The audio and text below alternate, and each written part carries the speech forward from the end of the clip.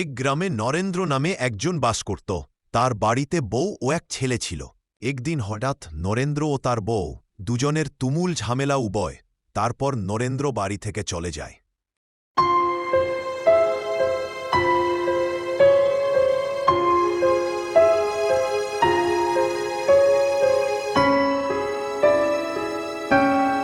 সে আর বাড়ি ফিরে আসেনি।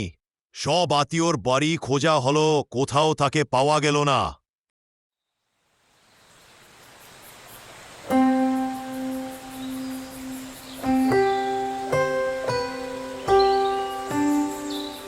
তার কয়েকদিন পর নরেন্দ্র লাশ নদীতে দেখতে পেল। সে এসে তার বাড়িতে জানাল।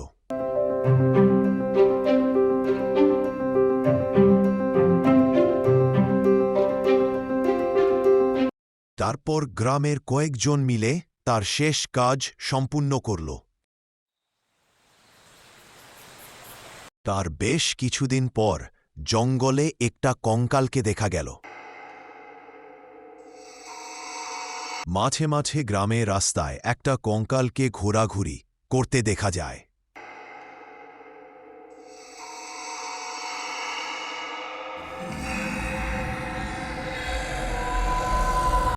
কঙ্কালকে তার বাড়ির সামনে দেখা গেল। তোর বাপ মরে ভূত হয়েছে, সেই রকম করছে। তোরা বাড়িতে থাকিস, কিছু একটা ব্যবস্থা কর, না হলে তোরা বিপদে পড়বি।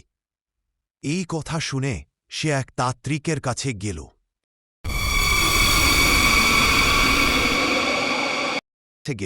তারপর তাকে সবকিছু বলল।